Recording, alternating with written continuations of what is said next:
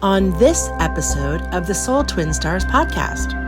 Feel who I am, see who I am, understand who I am, want to know me. You know, it's something that I constantly have to work on. A lot of weird stuff is happening. We won't go into it, but things are hard for people. Families of origin who will never truly nor want to desire to truly understand you. Hi, I'm Lady Shadow, a witch with much to share, stirring the cauldron with magical self-care. Hi, I'm Peaceful Nick, a medium divine. I chat with the dead and interpret every sign. We are Soul Twin Stars, best friends through it all. From spells to healing, we're answering the call. From moon cycles to menopause and making peace with the dead. We aren't afraid to talk about what's rarely said. So tune in each week to get raw, real, and wise. Let's talk about a spiritual life with absolutely no disguise. Welcome to the Soul Twin Stars podcast, Uninhibited Spirituality. We'd like to first thank this week's episode sponsors, Beans and Buttercream Bakery. They ship the most delicious baked goods anywhere. Follow them on their Facebook page, Beans and Buttercream Bakery. Also, Abernathy Photography, serving Western Kentucky and beyond, specializing in digital photography, weddings, and so much more. They now also feature drone photography. You can book them at abernathyphotography.com. And lastly, if you find yourself in Westchester County, New York, just north of New York City, Fino Restaurant in Croton-on-Hudson, New York, serves the most delicious, authentic Italian food. That's Fino Restaurant, Fino. And now, back to our episode. Hello, everyone. Welcome back to the Soul Twin Stars podcast. I'm Peaceful Nick, the medium, and we are joined by the wonderful co-host, Lady Shadow. How are you today, Lady Shadow? I am excellent. Holidays are coming. Not that that's why I'm excellent. So how are you today? Today is holiday happiness or humdrum. I've had some good and some not so good stuff going on.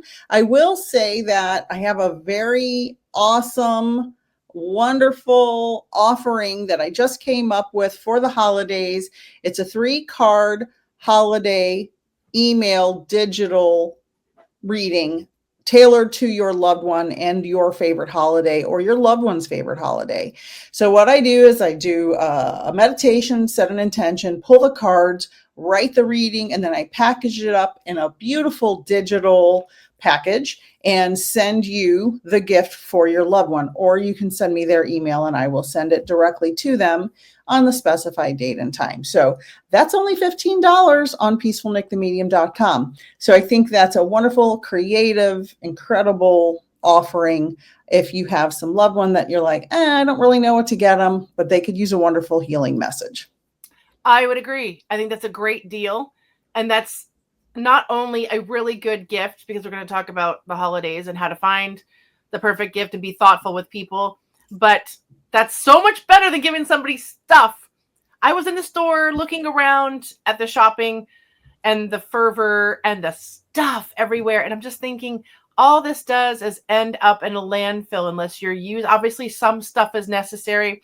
Today, I had to buy my favorite foundation when I was out. It was on clearance and I thought, let me stock up.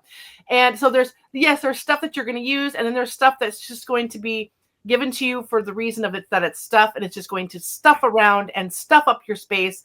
And I just feel like there are so many better ways to give and to experience a gift like you just described. That is absolutely perfect.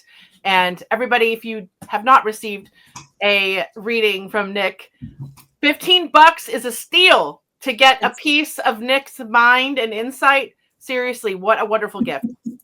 I thank you and I appreciate that. And also, as we have said, probably every week this month, or at least since Thanksgiving, buy small businesses. It doesn't have to be mine, doesn't have to be Lady Shadow's. Buy from small businesses. This country's going through some stuff. As we know, a lot of weird stuff is happening. We won't go into it. But things are hard for people, especially small business owners, because we depend on clientele.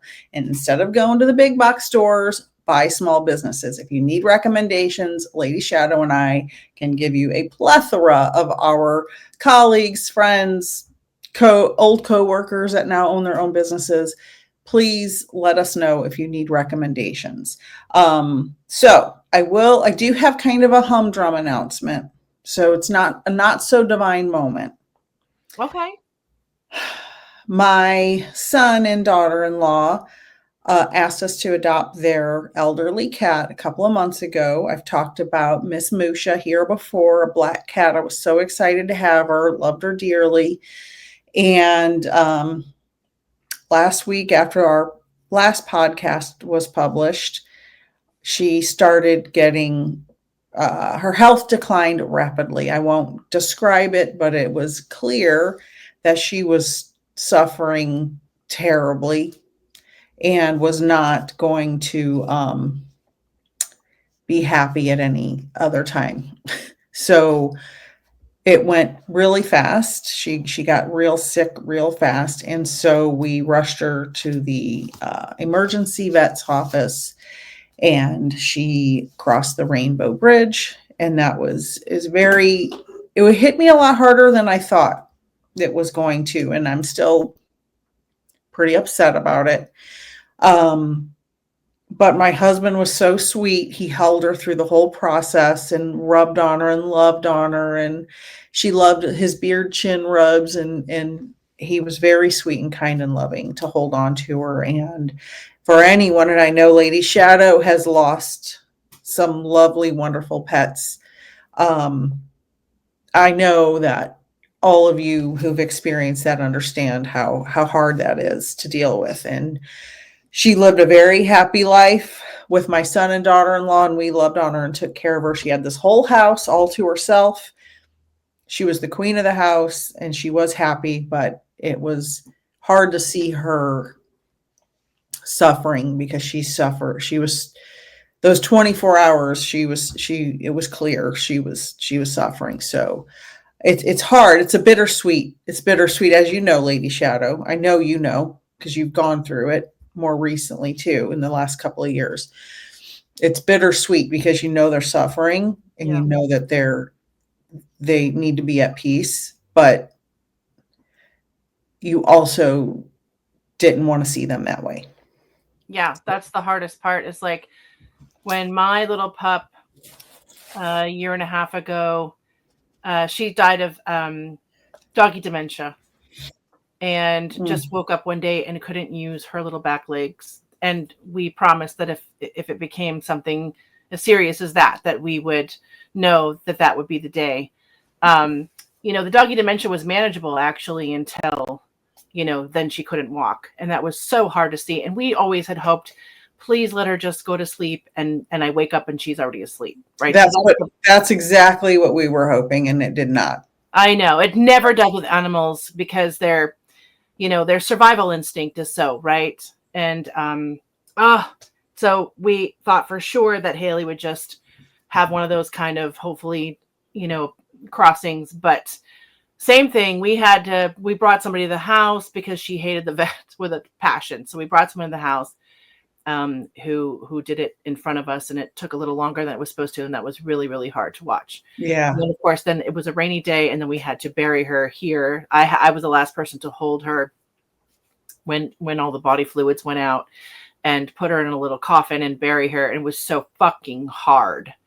It was the hardest thing we probably ever had to do. 19 years with this little Chihuahua who gave us so much life.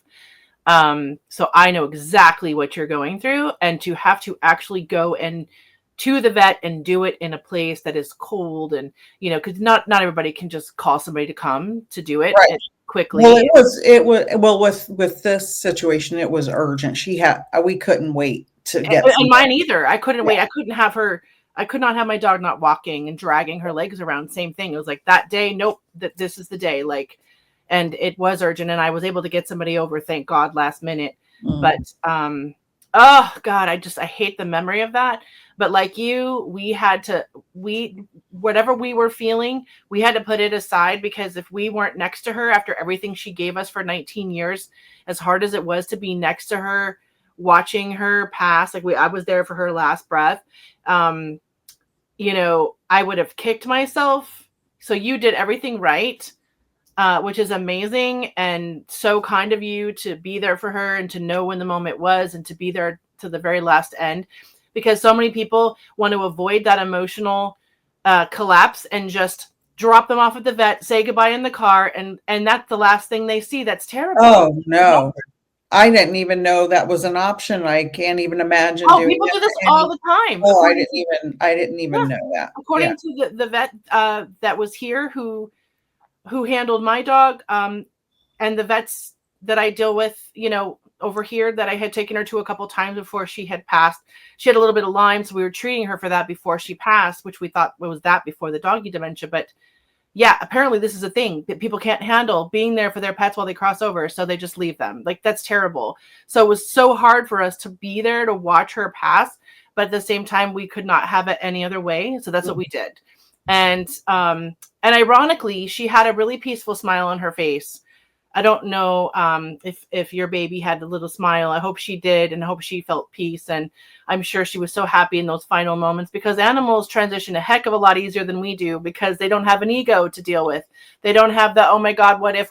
They just live in nature. It's in one door, out the other, and they're alive again on the other side. And it's so easy for them, right? Because they don't have the stupid thoughts that we do that keep us from just jumping in, right, to the other side of peace and love and the attachments. They don't have any of that.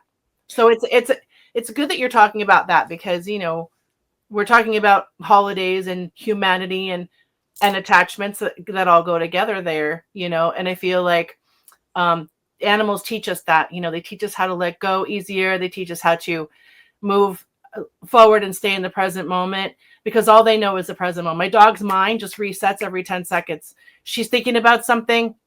She may be upset for 2 seconds, and then take her outside for a walk. Boom, reset. I don't even know what I was upset about 10 minutes ago, Mom. Like, I wanted the chicken instead of the beef. I don't know. But animals are so special, and they teach us so much. And there'll be another special baby if you wanted one to come back in. And if not, that's okay too. But we're all very supportive of what you had to go through. And I know that pain. And I'm sure all of our listeners know that pain, because it is just fucking bearable. And I'm going to say it with the F word, because it's unbearable. It's hit me pretty, I'm shocked how hard it hit me. Yeah, because we're also getting older too. And I think, like, when I lost animals as a teenager, like, or in my 20s, like, I feel like it was different. Like, I still loved my animals, but as you get older, you just become more aware of things and more sensitive to stuff. And because we've developed our psychic intuition and our spirituality. So I think that also brings us closer to when, our precious little angels need us. So it's so interesting how I've also been way more affected as I've gotten older when it comes to this kind of thing. So is this going to taint you from getting any more animals, do you think, or are you going to open your heart again? I've had animals my whole life, and I love animals. And honestly, I'm allergic to cats. And I took this cat in because my son asked me to. And cats are a lot easier than dogs. Yeah. A lot simpler to take care of. They're very independent, and they don't need constant attention. And so that was a big reason why we said yes. And they had a new baby. So I don't plan on having any more pets, and not because I don't love animals. I love animals. I've taken care of people my whole life and animals my whole life. And now my job is taking care of people. And I really don't want any other responsibilities, because it's a big commitment. I don't take having a pet lightly. Yeah. And for all of you fur mommy and daddies out there who have had to go through that. The last time I had to put an animal down was also a cat about 20 years ago. And it hit me pretty hard then too, but this hit a little different. Yep. And you know what? The day that I got Haley, you remember Toodles. Mm-hmm. The day I got her was the day I dreaded losing her. Mm-hmm. And with remember. Mm-hmm. Yeah. And with Bailey, it's the same. It's like, oh my gosh, yes, she's only 2 and we have so many years with her, but I'm thinking, oh God, having it, or, and people like, can you imagine like losing your husband, or like, like as much as we, like, I can't even fathom the idea, or our friend, like one of us, like, I can't imagine losing you. It's so crazy to fathom that. And that's part of my spiritual work is I have a lot of detachment in the way like you and I talk about as far as like boundaries and compartmentalizing. But when it comes to like losing, like my grandmother, I'm still very affected by that. By your mom, it's something that I constantly have to work on.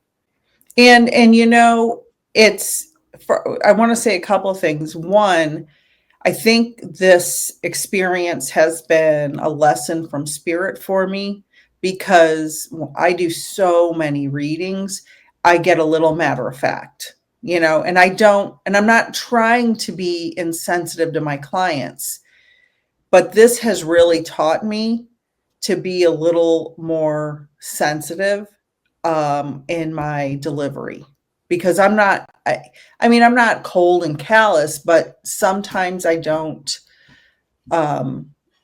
take into account the depth of their feeling, because I'm, doing 4 or 5 readings in a row, 3 or 4 days a week.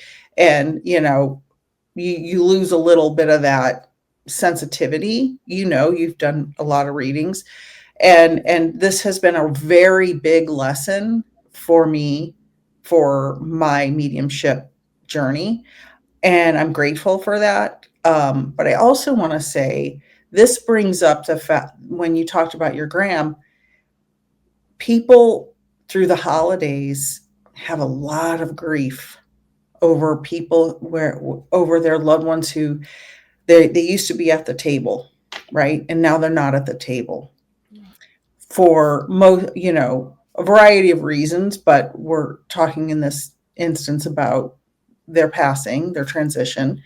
And it's hard.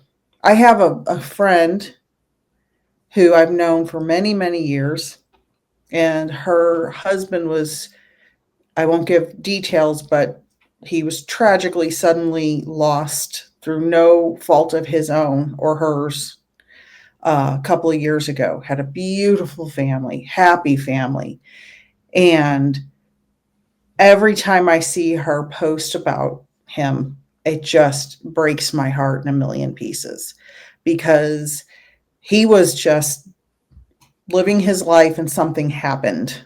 Yeah. And it's heartbreaking when you have this beautiful human who was a good dad and a good husband, and worked hard and provided for his family.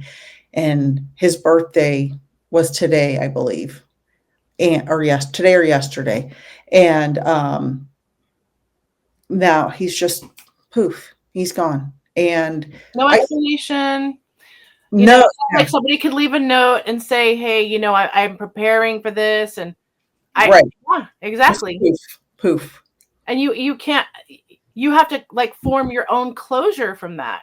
Even though everyone has supposedly chosen how and when they want to go subconsciously, right? Isn't that kind of in the contract or whatever? When we have exit points, okay. According to the lore of spiritual stuff. Like we have so many exit points where we can go when we're 5 years old, 10 years old, 80 years old, 100, whatever.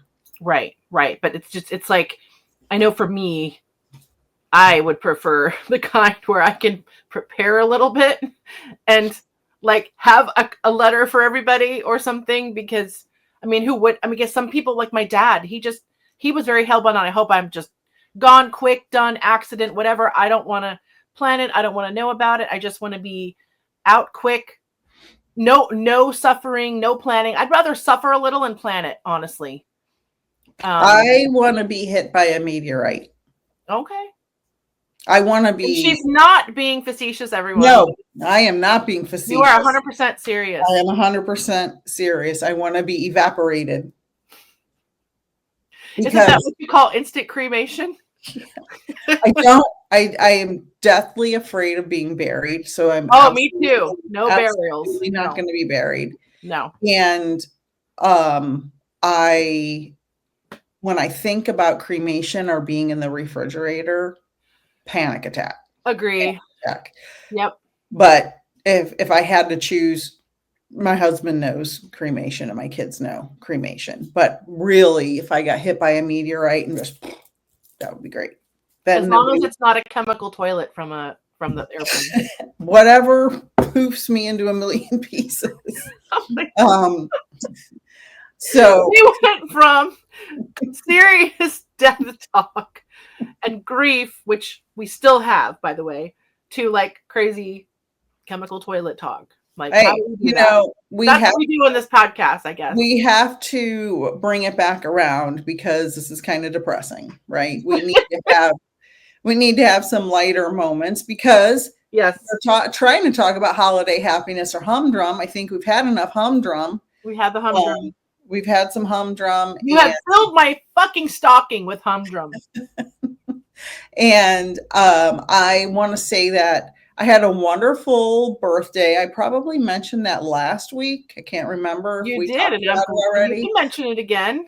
But it continued. I had a visitor from out of town come, and we went to Disney World a bunch of times. My son bought me dinner. My friend bought me dinner. I got presents in the mail. I think I got more presents than I've ever gotten in my life. I'm not good at receiving presents, and I've gotten the sweetest, kindest presents that were very meaningful. And so I appreciate my wonderful friends who sent me presents. It was great, totally unexpected. And just, I felt a lot of love and a lot of kindness, and having a December birthday is tough. Can suck. And I used to remember asking my mom, can you make my birthday in June? I think I told you that last week. And you can. I think there's nothing wrong with that. And so, but I'm thrilled to have felt so much love on my birthday month, I guess. I know some people don't like that, but whatever. And now I can move into elderly communities because I'm 55 now. Are you serious? Is that the limit now? Is it 55? When I talked to my dad for my birthday, you live in Florida. What is it? No, now you can live in an old folks community. I go, that's serious. Oh my God. And I can get a discount, more discounts. So I'm like, yay, bring on the discounts. I try to get my husband that when we go out to Denny's, I try to get him the senior menu, and they look at him and they're like, there's no way your husband is same thing, like 55, 58, whatever it is. And I'm like, this dude here is 58. He looks much younger, as you know. Cosmic Chris, everybody looks much younger than 58, but he gets turned away all the time for the senior discount. You got to show his ID. Yep. It's crazy. Exactly. You got to get that AARP card. We did have that for a while, and I thought it was like for life. I was like, oh, $20 for life. We'll get some of that. And then we never used it for the year. And then apparently it's an every year thing like AAA. And I was like, oh, I have to pay this every year to get like 2 discounts. And when I remember to use it, I'm like, eh. So let us know what your experiences are in the audience with your AARP card, people, because seriously, I'm not sure or not. I'm not sure if it's any good either, because we just booked a trip for next week and got a discount, but then I checked the same place on their website and it was about the same. And I'm like, kind of like AAA. It's like you can say AAA, but you can go online and still book the AAA rate online half the time. Rather, no AAA online, but if you call, you get the same rate as the online rate, basically. So it's really all just hearsay. Yeah, it's all bullshit. Yeah, exactly. So, but back to holidays. Yeah, holiday happy. Well, I'm a December birthday, so it all blends into one. Yeah. So I will be, hopefully, we were planning. There was another incident that happened with another member of the family that may change our plans, but the plan is we will be going to visit our son and daughter-in-law and our little sweet granddaughter and visit the town we used to live in for a really long time. And cooler. So, yeah, it's going to be really chilly up there. Really?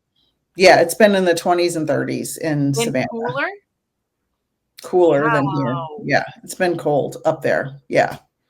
So, oh, pooler. You're saying pooler. I'm saying cooler, George. Oh, I thought you said it's cooler. Yeah, it's been cold up there. Cooler and pooler. It's cooler and pooler.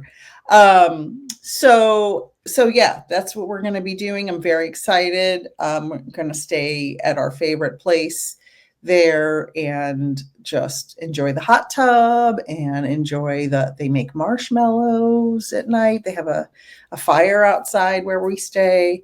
And it's beautiful. It's right by the river. And I'm just very excited to have a holiday with my granddaughter for the first time ever. Like a Christmas. We had Thanksgiving with her, but now we have Christmas. Yeah, no, there's nothing like seeing a kid's first Christmas with the wide-eyed fun of ripping into gifts and the colors and all the fun things that they get to react to, including the tastes of things, Yes. different flavors. Like, it's fun. Yeah, that's going to be a blast. I'm very excited.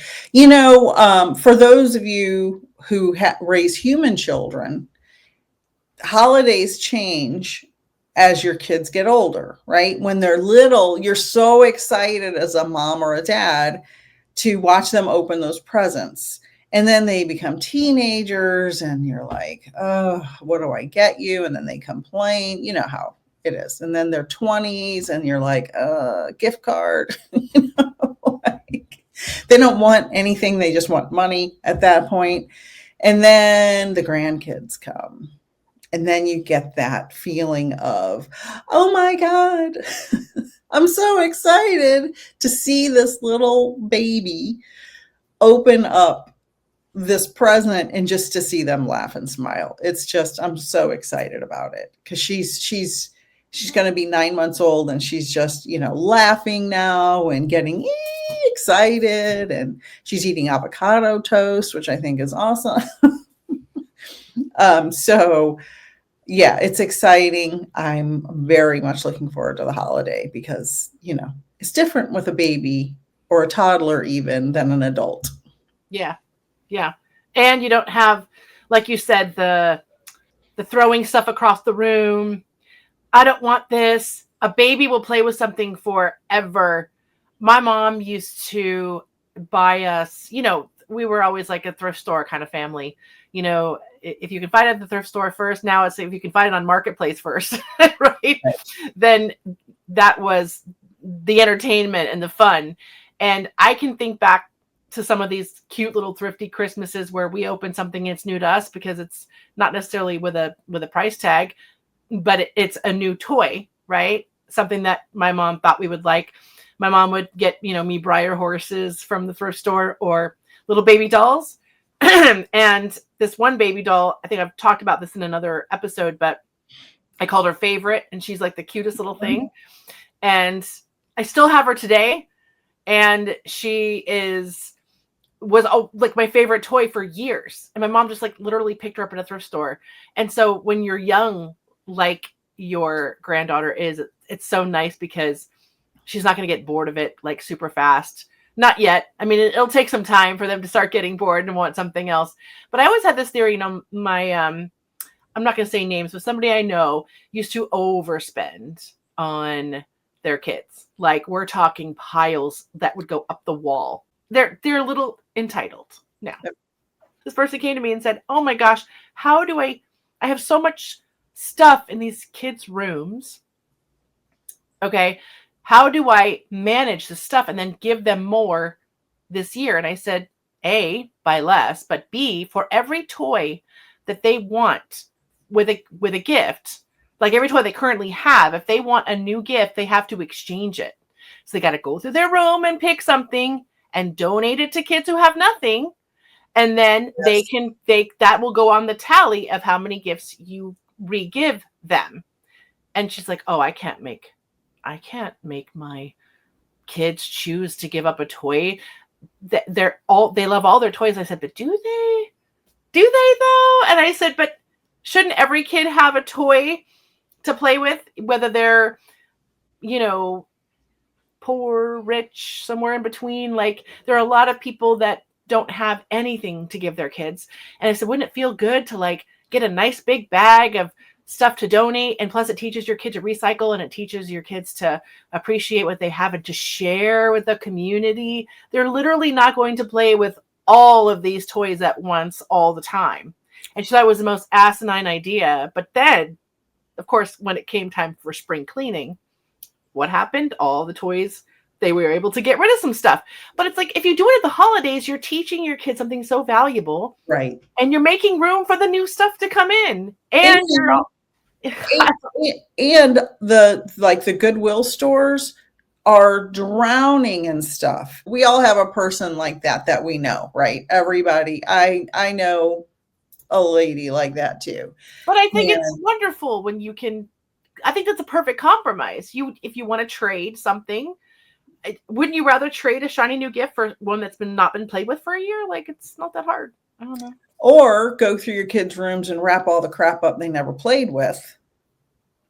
That's good. Did you ever do that? That's good. I don't remember because I wasn't an over gift giver. Yeah. Because me neither. We were teachers, and I would wrap the boxes and make it look real pretty under the tree. But a lot of times, especially as they got older, I gave them things they needed. That pissed them off. But I'm teacher salary. And now it's funny. If I get a gift that I don't need, I'm like, darn it, I wish I got that, because that's what I really need. And this thing I don't really need. Like now, when you get older, it's the opposite. It's like, you don't want things you want. You want things you freaking can use, Right. And I don't really want anything. Like, I know. There are things I want. Like I don't even really need anything. Right. I have a different perspective on things, but I think that comes from living destitute and poor until I was 15 years old when my mom died. I was grateful for any tiny a pen at school. Yeah. If the teacher gave me a pen or a pencil, I was grateful for it. Yep. Like literally. So I've never been one to be like, I need, gimme. I couldn't tell you a brand name of anything unless I've heard it on television. Like, yeah. I just don't care about any of that stuff. All of these bracelets you guys see me wear, all of these are gifts from people that gave me gifts. This necklace, my wonderful son and daughter-in-law gave me a few years ago. It's got planets inside. I wear it for every reading. It's my little rubbing stone. This ring, I found this ring. I love it.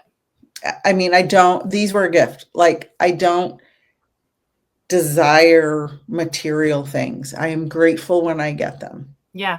But I don't need them. Like, if I wouldn't have gotten any of these things, which I adore. Yeah. I wouldn't know the difference. I'd be just the same. There would be no difference. And you're super creative like me. Like for me, if I really want something, I will first try to figure out if I can make it. Is this something I can make or duplicate at home? If I can't make the jewelry, if I can't make every choker I own, like your necklace, like it is made and customized by me.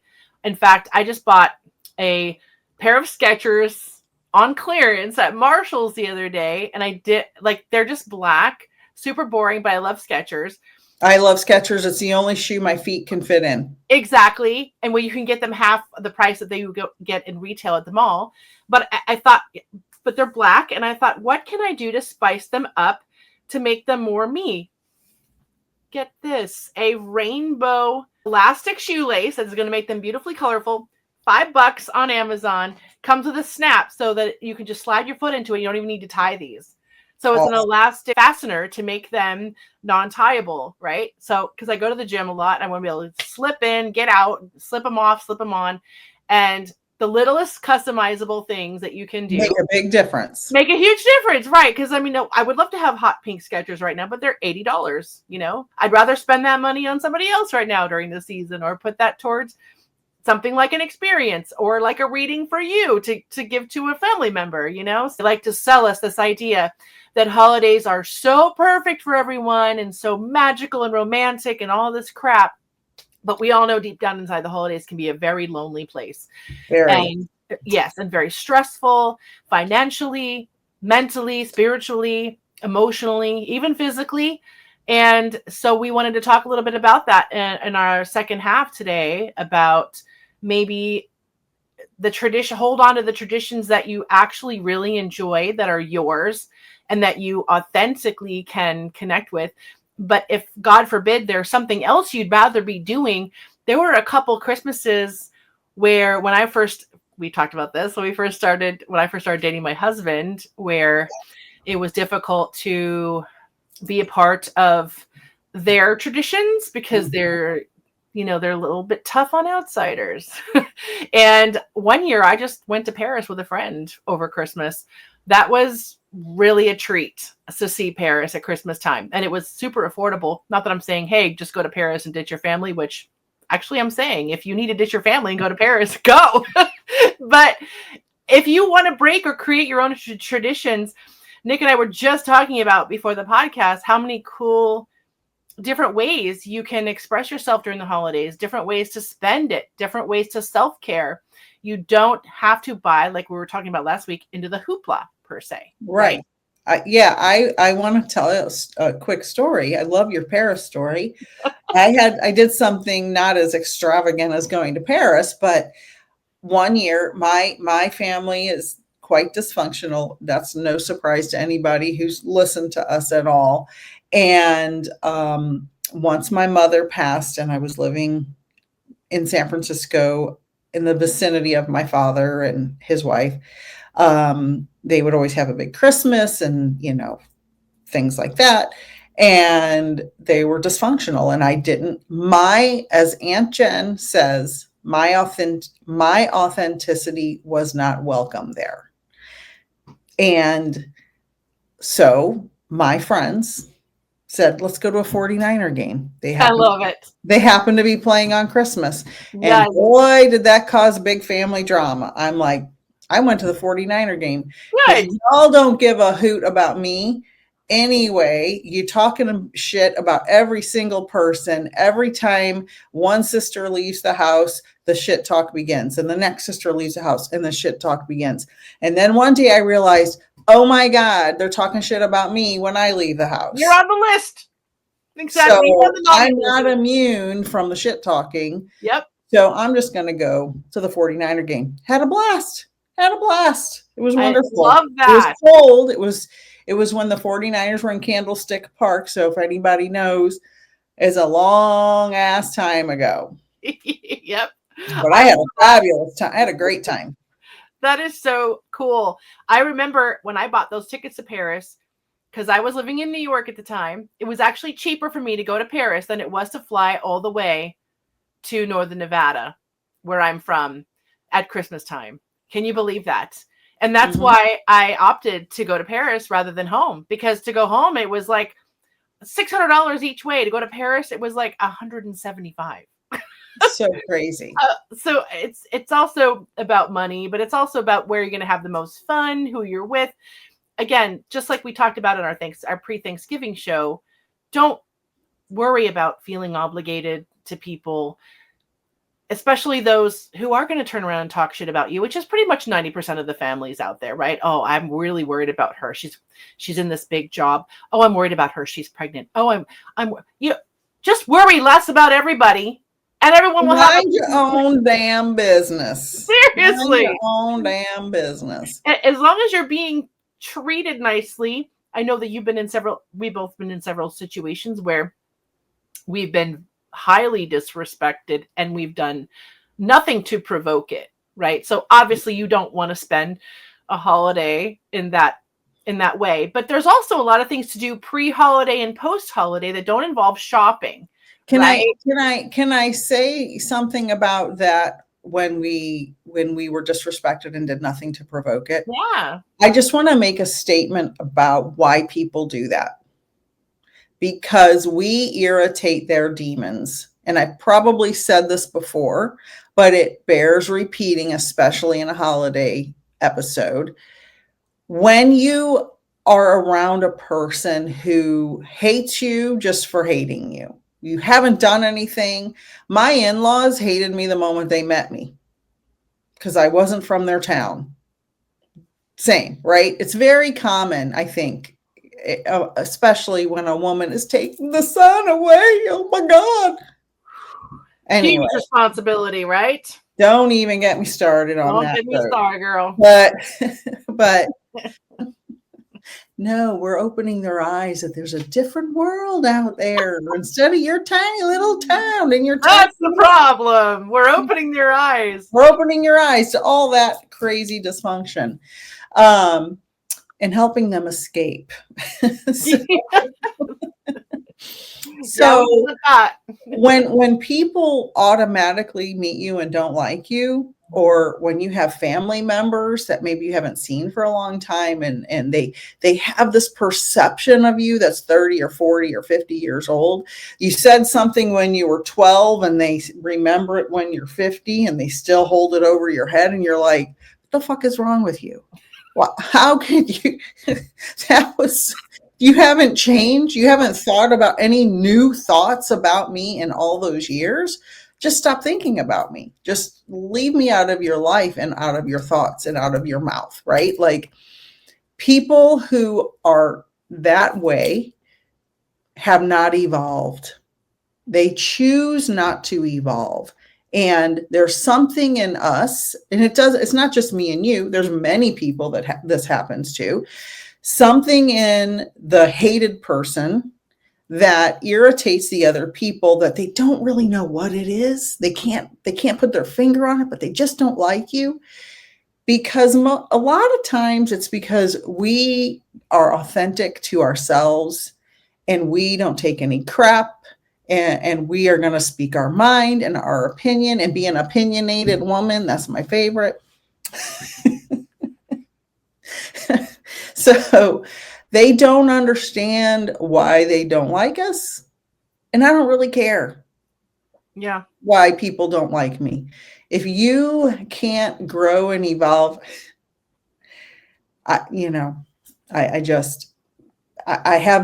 there's no place for you in my life if you can't grow and evolve. I had a person, I won't say who it is.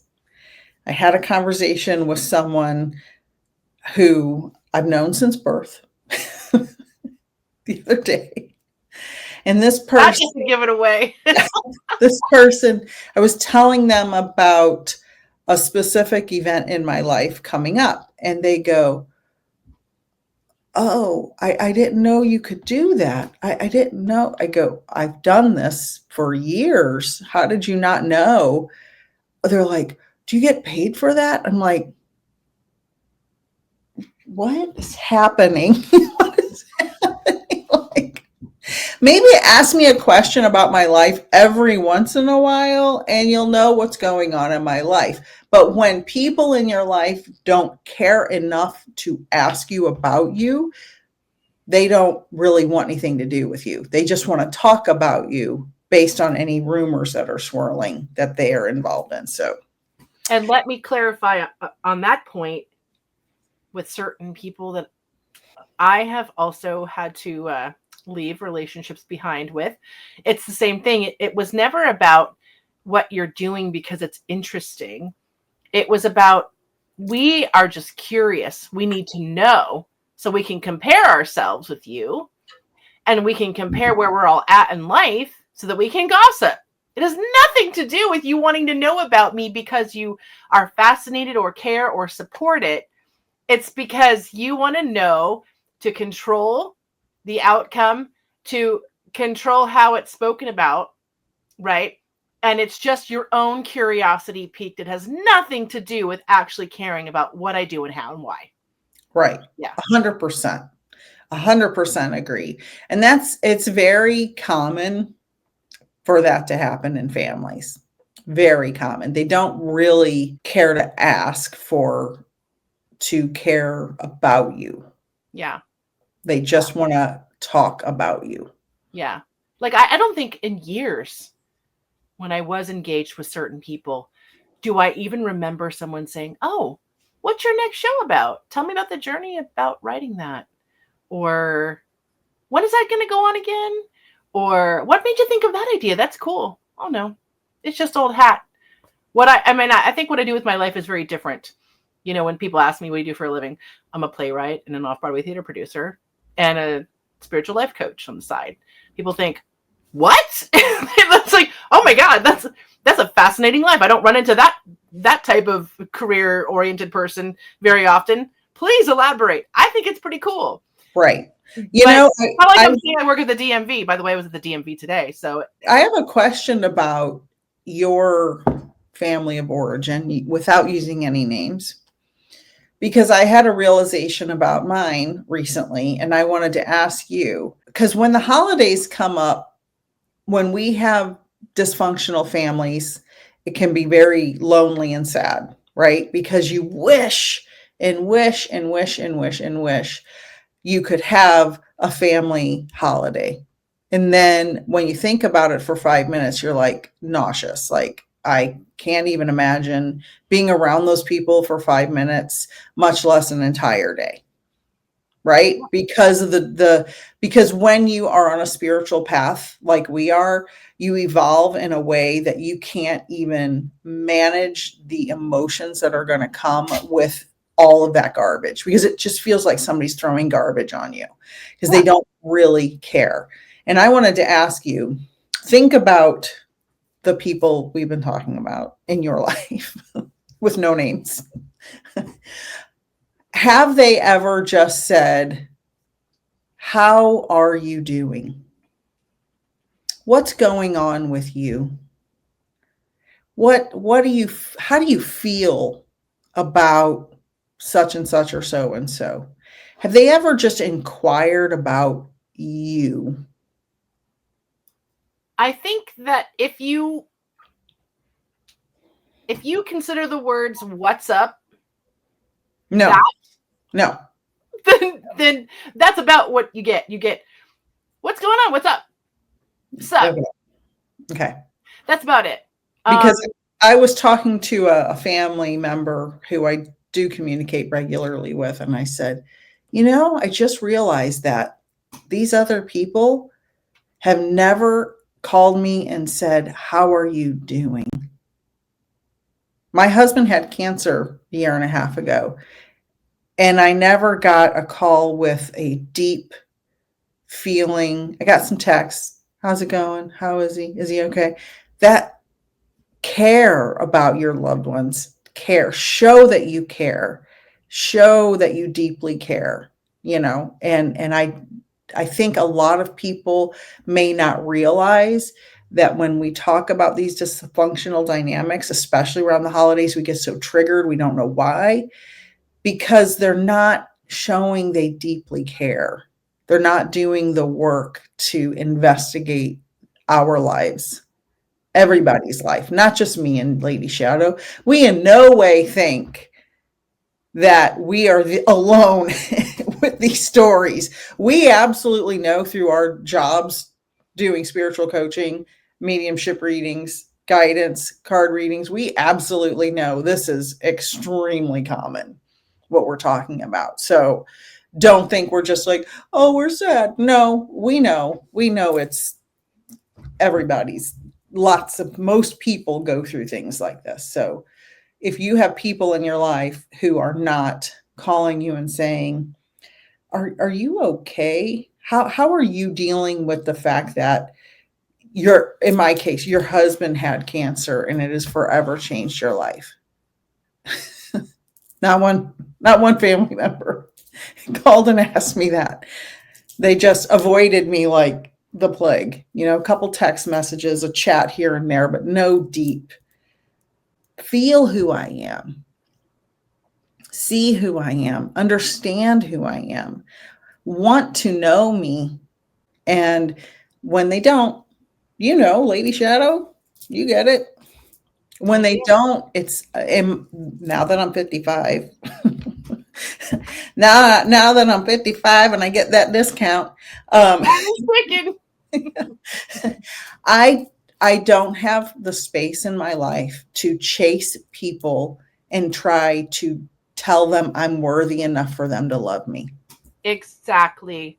And that's why finding your tribe and your friends, to me, is more important than trying to chase, unprogram, understand, get approval from families of origin who will never truly nor want to desire to truly understand you, because what they've already formed in their mind through their opinions of your past, like you said, and who you were developing into, is who they remember about you, is who you were when you were growing and figuring it all out, and when you were very young, and who was this person at this age. And then they held on to this idea of who, like, the most prolific and moments that stand out the most in probably the relationship, when, you know, some teenage bonding situation or a huge fight that you had when you were 10.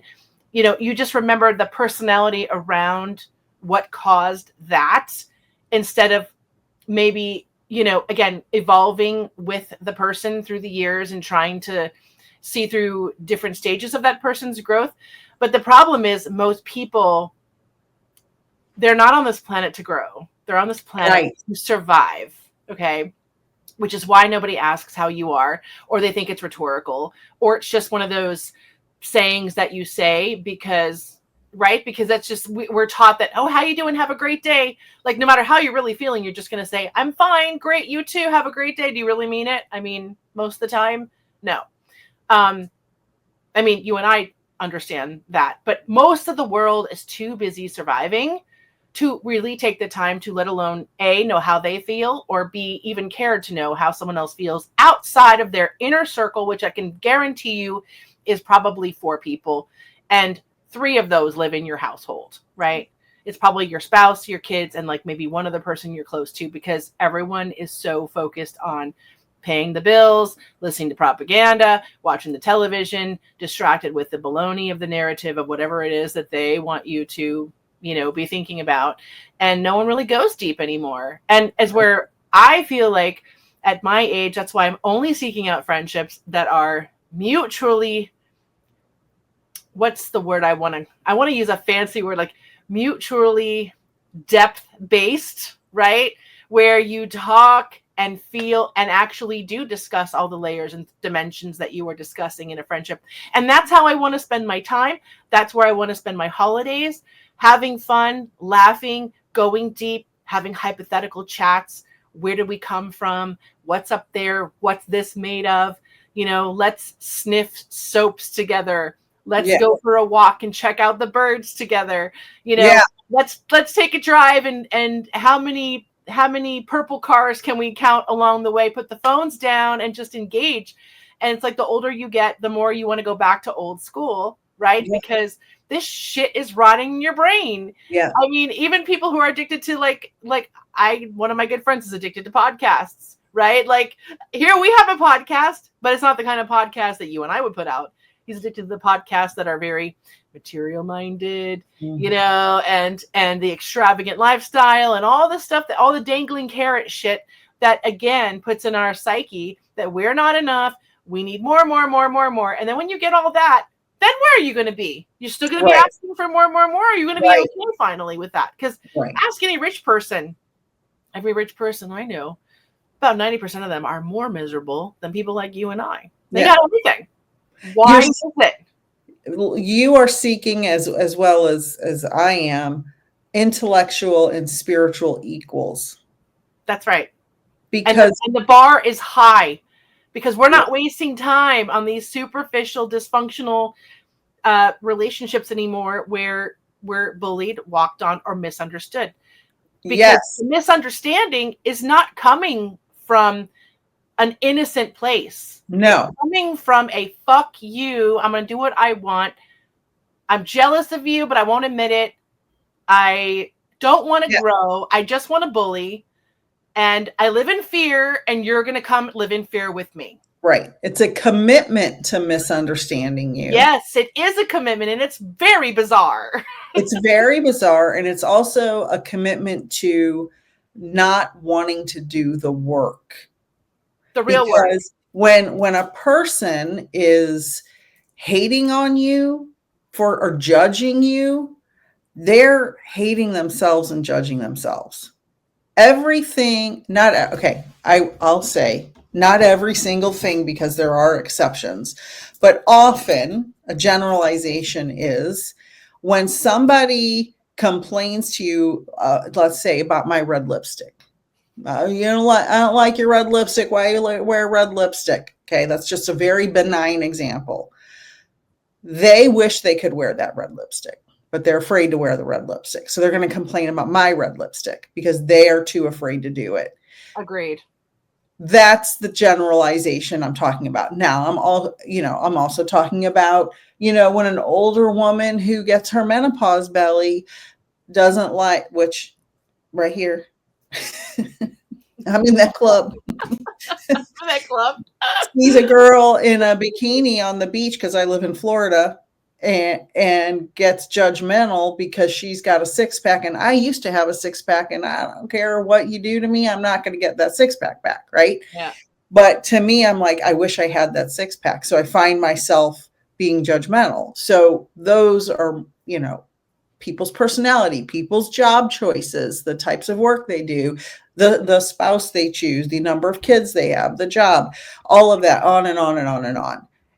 If you are picking on somebody about that, you need to look inside yourself and say, self, remember that old line, self? What is it in that person that triggers me? And what is it about me that's allowing myself to get triggered about it? And do some real self-reflection. And that's all that I think we can do is at least ask the question, say, where is this coming from? And I have to do better. That's all anyone really wants from somebody in any relationship, is to say, what are you perceiving that is off here? And how can I do better? Yeah. Remember that show? There was a show called New Amsterdam. Oh, yes. And I loved his thing as the hospital administrator. Instead of going around barking orders at people, he would say, how can I help you? How can I help you? What can I take off your hands? Like, maybe just asking each other that once in a while. But aside from that, we have 3 minutes left of this gorgeous podcast, because I love the directions that our conversations always go, because it's always enlightening no matter what. But this is our last podcast before the big holiday, right? So what are some cool suggestions that you can give the audience as a creative person, that if someone didn't want to engage in a traditional Christmas or Hanukkah or however you celebrate, what are some good alternatives to self-care, self-exploration, good boundaries? 2 minutes. Go for it, Nicole. So I would say, if you are not going to spend time with your biological family, and restaurants are open on Christmas, movie theaters are open on Christmas, Hanukkah, everything's open because it lasts so many days. So we're not going to close down stores for 8 or 9 days, right? In America, because you got to make that money. If you have a couple of good friends who may not also be spending time with their family, have a friendly Christmas, play Monopoly, play cards, turn the damn television off, have an electronic detox. Like, we really need to, not except for the Soul Twin Stars podcast, we really need to step away from the news. The news has been horrific. We need to really concentrate on face-to-face, in-person things that are meaningful. Put 10 subjects on a piece of paper in a cup or a hat and draw out a subject. And if you have 2 people there, or 1 person, or do a Zoom call with somebody, if you some places are like frozen solid and people aren't going to be able to get out for the holiday. If that's you, do a Zoom call, do FaceTime, do something to get some face-to-face interaction with people, board games, card games. I saw a really cute idea, and this is to wrap presents, but it was so cute. I want to mention it.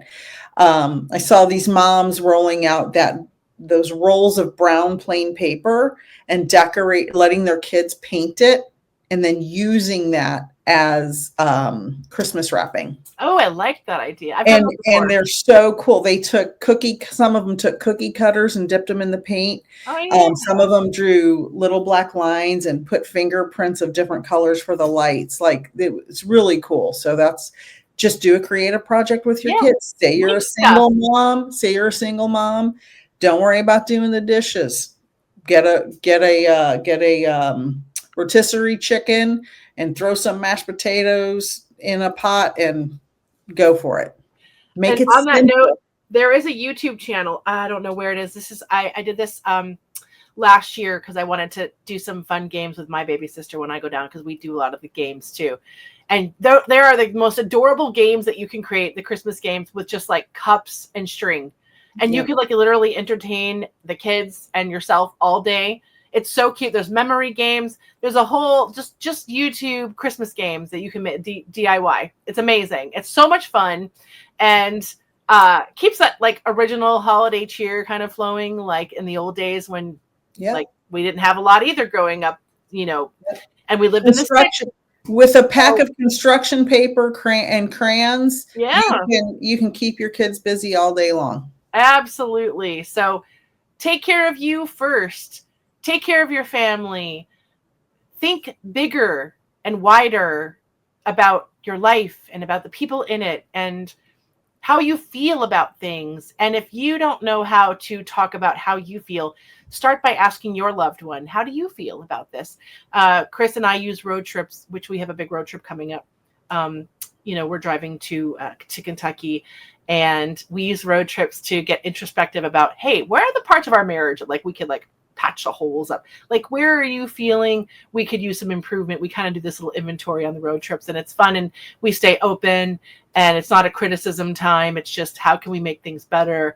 And, again, communication's free usually. So, you say my husband and I, some of our best conversations we've ever had have been on road trips. And you know why? You're also going on a road trip because there's no distractions. There's no distractions, and you can't just get out of the car and jump out when things get tough. You have to talk. Well, yeah, now because child safety locks. But yeah, lock the freaking doors and be like, okay, you have to talk to me now because, the car is going 60 miles an hour, so we can't we're not saying do anything dangerous. We're not saying be in an unsafe situation. Okay. Yeah. Like the bag around the cotton balls that says that keep this away from children. Like, can't believe that even has to be a thing, but it does. Merry holidays, everybody. Merry Christmas. Happy everyone Hanukkah. Have a wonderful, wonderful holiday. Thanks for listening. Thanks for tuning in. Yep. We'll be back for the post-Christmas to talk about any wild excursions that happened. But everyone, just stay safe, stay loved, stay in self-care, take care of each other, and just have a peaceful, wonderful, joyous time. Absolutely. Happy holidays, everyone. We love you. We love you. See you next time. Thank you so much for joining us this episode for the Soul Twin Stars podcast. Find us on our podcast Facebook page for Magical Mondays live at 8:30 p.m. Eastern, where we will help you magically slay your weekdays, and for awesome giveaways. For more information about what other spiritual things Nick and I do and offer, visit peacefulnickthemedium.com. That's Nick with just a K. Or to connect with me, Lady Shadow, soulsandspirits.com is the place to go. If you want to be a guest on one of our shows, we would absolutely love that. Contact us at soultwinstars@gmail.com. See you next Friday on Spotify, Amazon Music, iHeartRadio, Apple Music, Facebook, and on YouTube. Sending you all so many blessings. Thank you so much for joining us, and until next time, know that you are all cherished.